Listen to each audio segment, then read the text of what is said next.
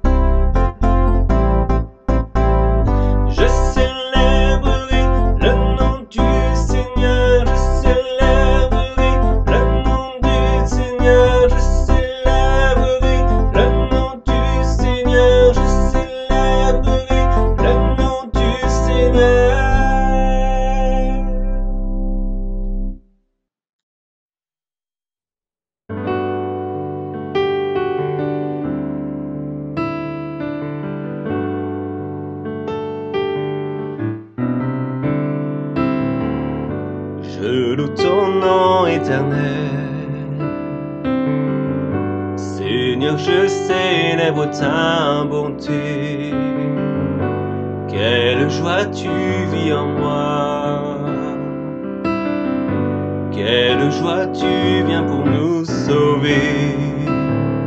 Tu viens du ciel sur la terre montrer la voie de la terre à la croix, payé pour moi, de la croix jusqu'au tombeau, et du tombeau jusqu'au ciel, je loue ton nom éternel.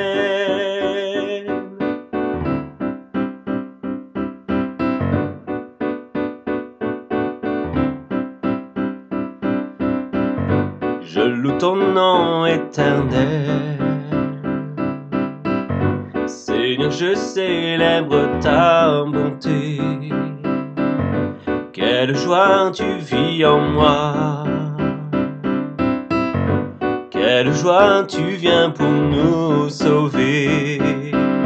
Tu viens du ciel sur la terre, montrer la voie, de la terre à la croix, payé pour moi, de la croix jusqu'au tombeau, et du tombeau jusqu'au ciel, je loue ton nom éternel. Tu viens du ciel sur la terre, montrer la voie, de la terre à la croix, payé pour moi, de la croix jusqu'au tombeau, et du tombeau jusqu'au ciel, je loue ton nom éternel. Je loue ton nom éternel.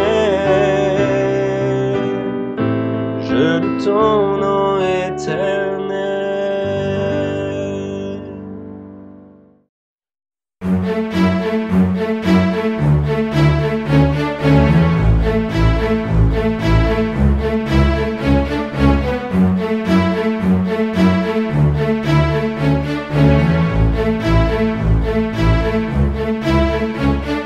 Tu transformas l'eau en vin,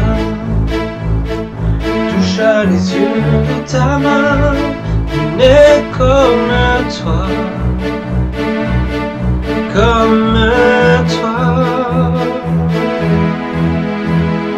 Dans nos ténèbres tu brilles, tu nous redonnes la vie, tu n'es comme toi, comme toi. Dieu admirable, inébranlable, ton nom surpasse toute puissance. Dieu d'un miracle, incomparable, oh Dieu, oh Dieu.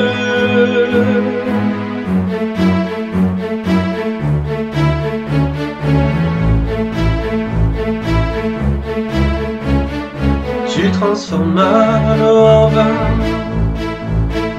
toucha les yeux de ta main, nul n'est comme toi, comme toi. Dans nos ténèbres tu brilles, tu nous redonnes la vie, nul n'est comme toi, comme toi. Dieu admirable, inébranlable, ton nom surpasse toute puissance. Dieu de miracles, incomparable, oh Dieu, oh Dieu.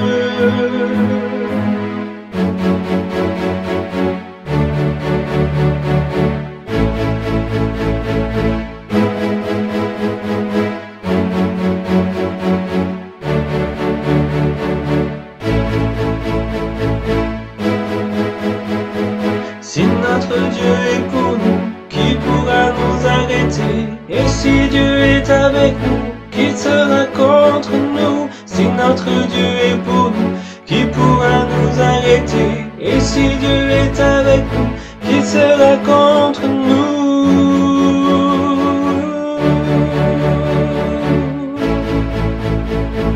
Qui sera contre nous?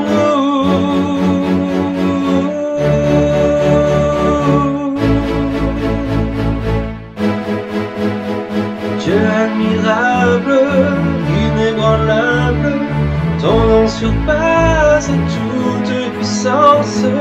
Dieu des miracles, incomparable, oh Dieu, oh Dieu, oh Dieu.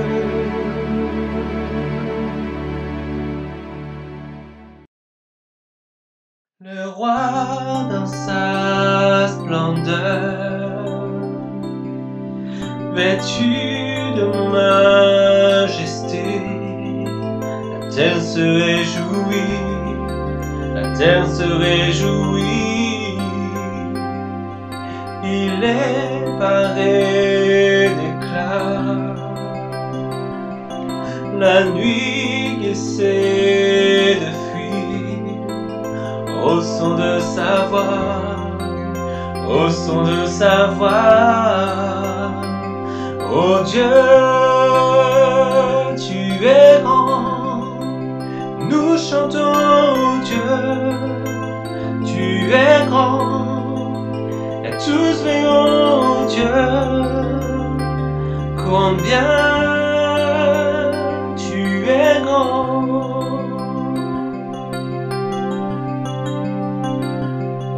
Car d'âge en âge il règne, les temps sont dans sa main. Commencement et fin, commencement et fin. Le Père, le Fils, l'Esprit, Trinité divine, le lion et l'agneau, le lion et l'agneau. Oh Dieu, tu es grand, nous chantons, oh Dieu, tu es grand, et tous verront, oh Dieu, combien tu es grand.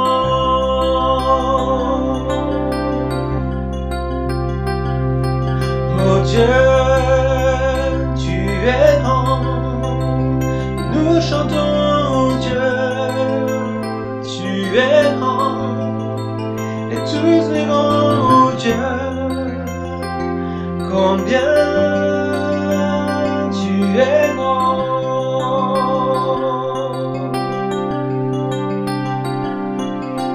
Le plus grand des mondes, digne de cœur s'écrie, oh Dieu, tu es grand.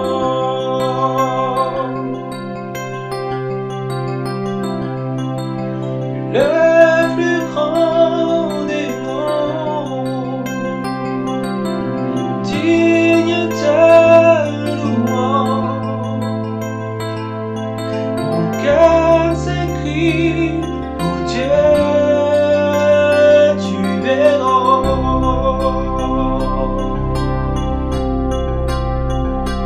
oh Dieu,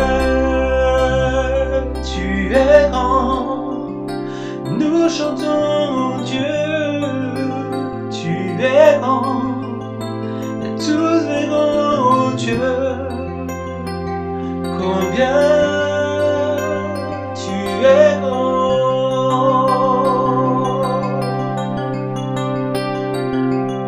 Oh Dieu, tu es grand, nous chantons, oh Dieu, tu es grand, et tous verront, oh Dieu, combien tu es grand.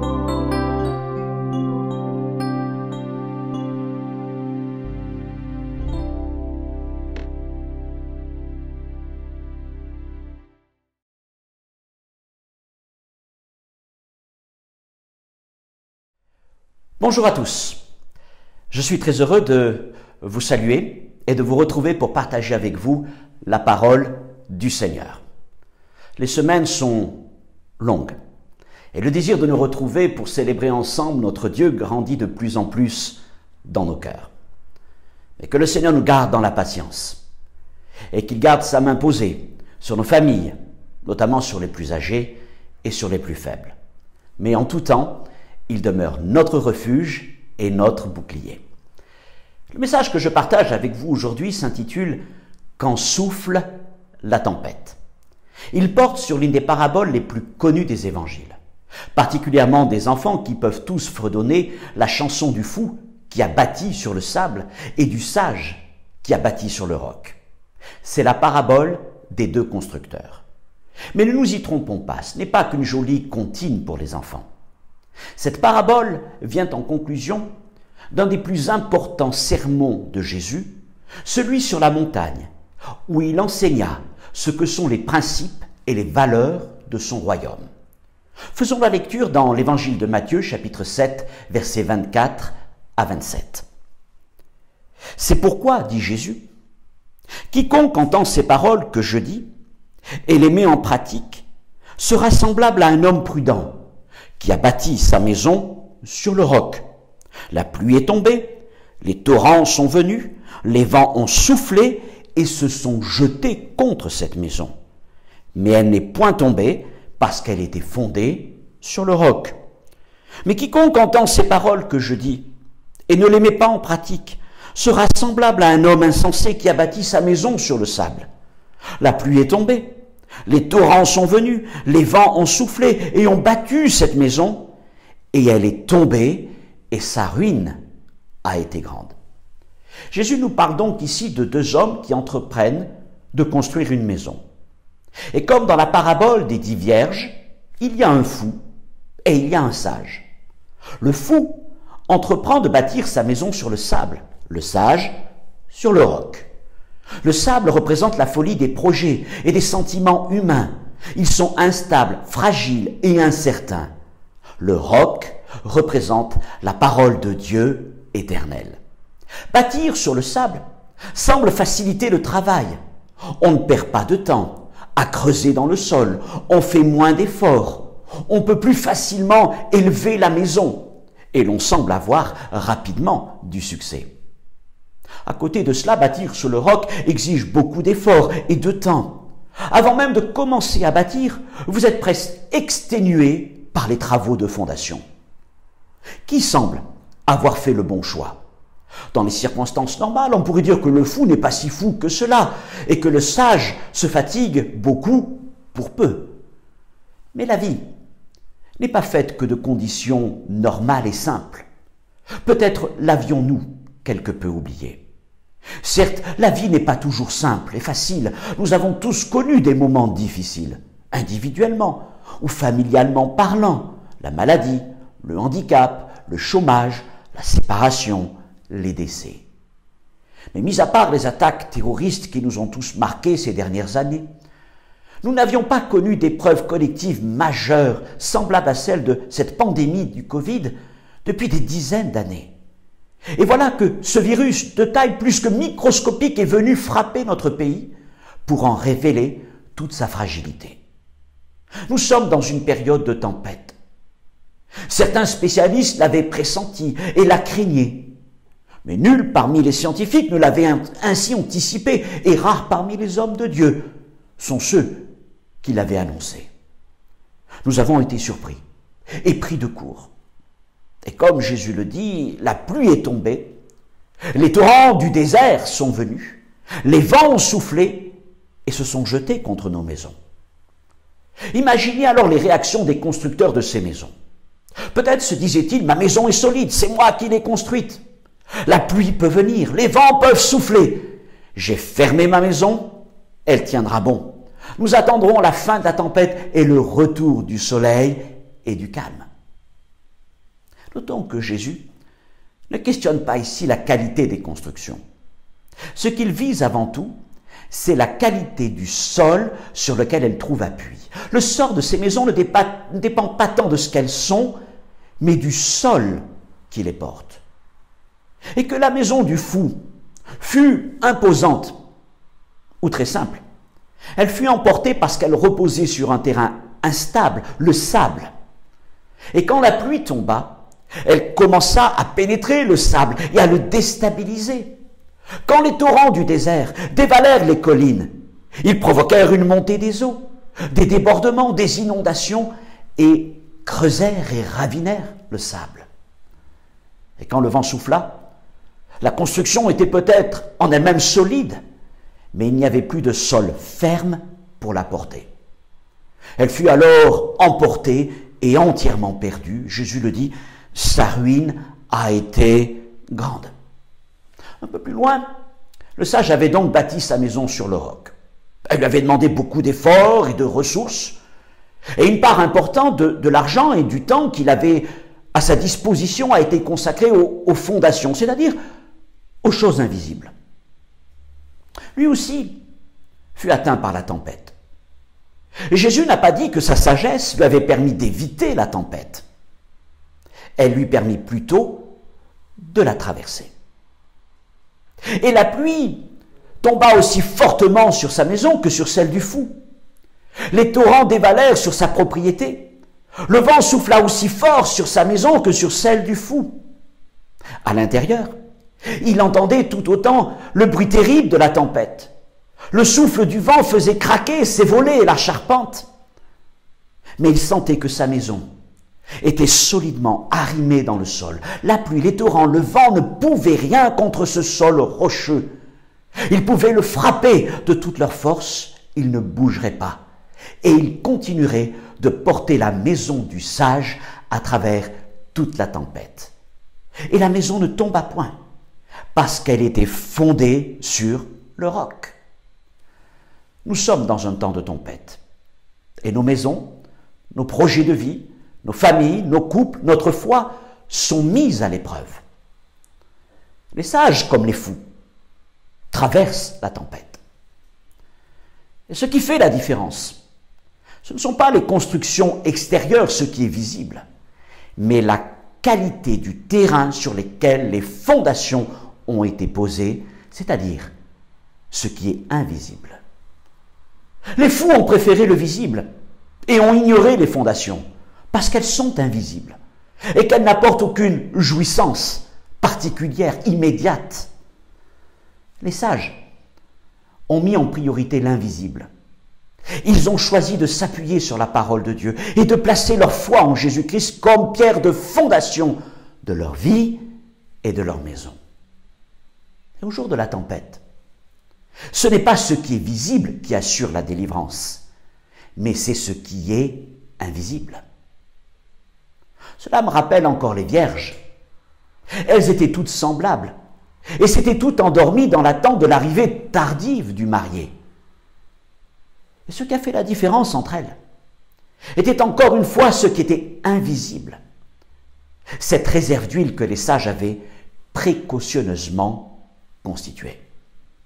Nous sommes dans un temps de tempête.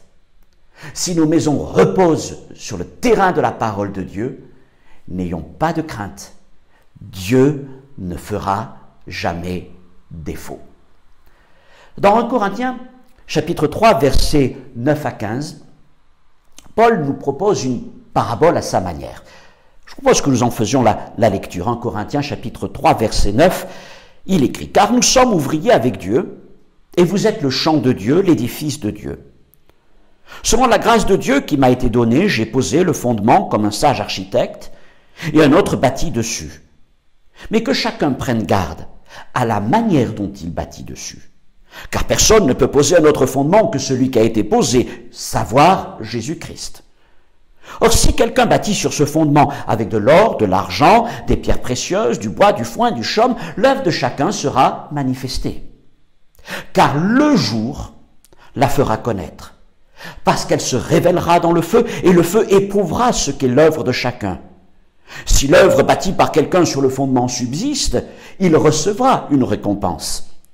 Mais si l'œuvre de quelqu'un est consumée, il perdra sa récompense. Pour lui, il sera sauvé, mais comme au travers du feu.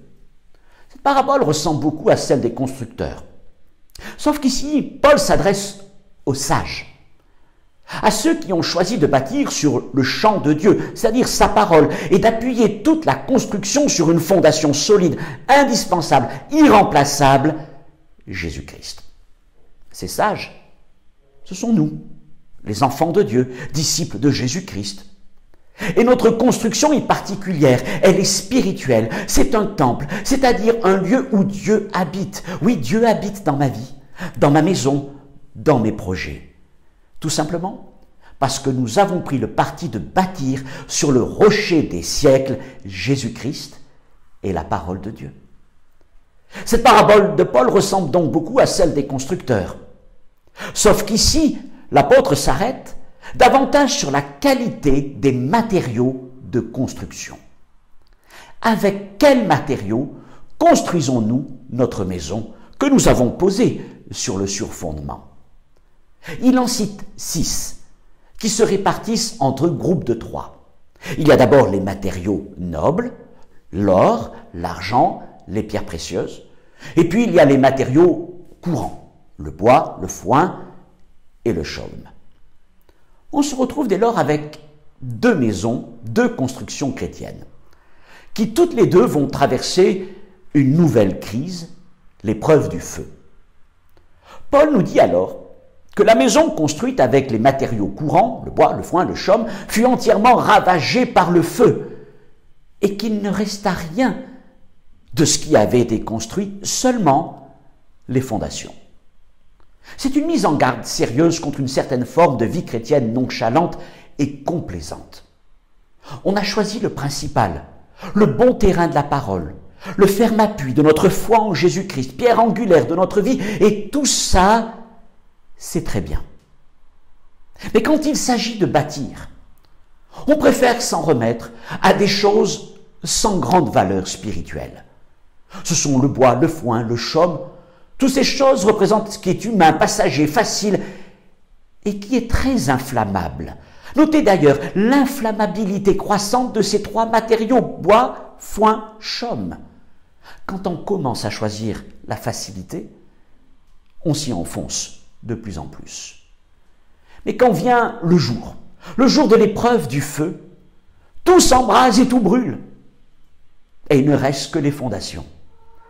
Les habitants de cette maison sont comme alors sauvés à travers le feu. Mais devant Dieu, ils n'ont rien à faire valoir. Tout a été brûlé, tout a été perdu. Évidemment, telle n'est pas la volonté du Seigneur, qui attend de nous que nous bâtissions avec des matériaux nobles, précieux, spirituels. L'or, symbole de la gloire de Dieu. L'argent qui nous parle de l'œuvre rédemptrice de Christ. Les pierres précieuses qui nous parlent des dons et des fruits de l'Esprit. Chacun de ces matériaux est exigeant à travailler et requiert beaucoup d'applications. Il nous parle de notre vie d'adorateur, de notre communion avec le Saint-Esprit, de notre application à vivre selon les principes et les valeurs du royaume de Dieu.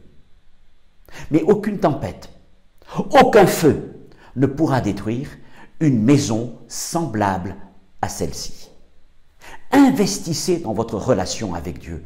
Bâtissez avec les matériaux nobles de la foi, de la sainteté et de la piété.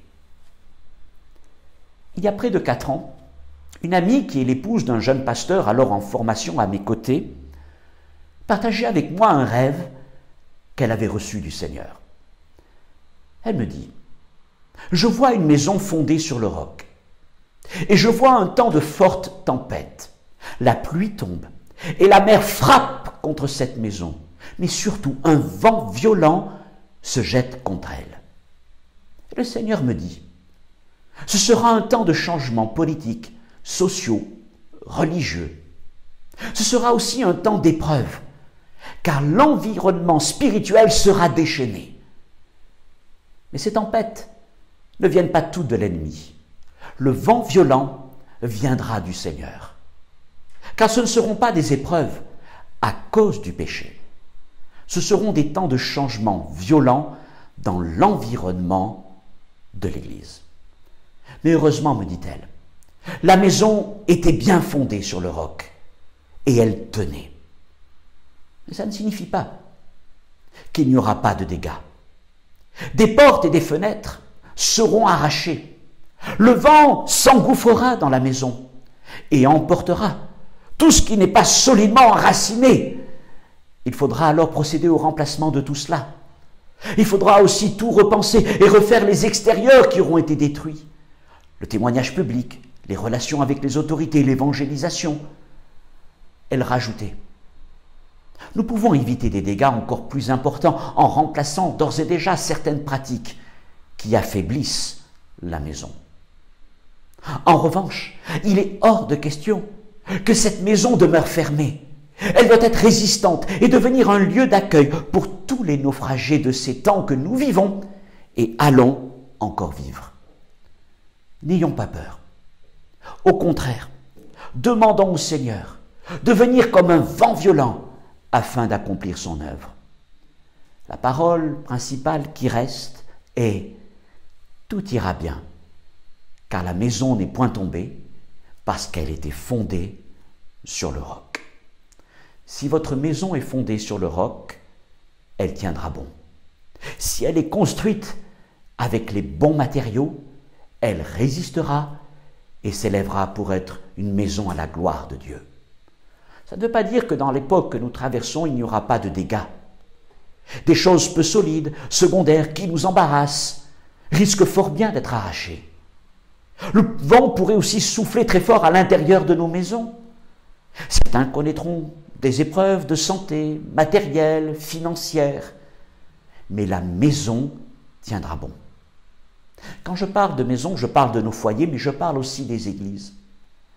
Nous sommes dans une tempête qui éprouve nos maisons, nous sommes aussi dans une tempête qui éprouve nos églises qui vont certainement rester encore longtemps fermées. Je pense que le songe de mon ami concerne avant tout nos églises.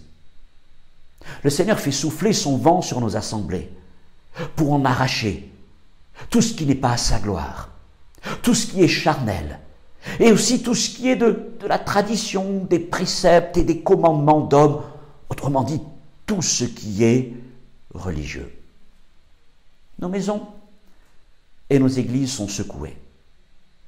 Je ne peux pas dire où nous en sommes de la tempête. Je ne peux pas dire s'il n'y aura pas d'autres tempêtes. D'ailleurs, qui sait, si nous ne sommes pas entrés dans une saison cyclonique.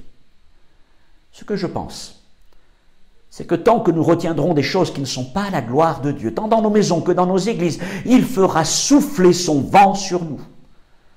Il vaut mieux donc que le Seigneur fasse toute son œuvre comme il le souhaite, et que tout ce qui doit être arraché le soit, afin que nous puissions réfléchir à l'avenir, pour rebâtir, rénover selon ses plans et ses matériaux. Il convient donc de réfléchir, de prier, de méditer sur la manière dont nous devons mener notre vie chrétienne, notre famille et notre vie d'Église. Que la grâce du Seigneur nous accompagne dans cette tempête. Quand le vol de la tempête souffle, je veux encore compter les bienfaits de l'Éternel qui ne manqueront pas à notre égard. Que Dieu vous bénisse et vous encourage jour après jour. Amen.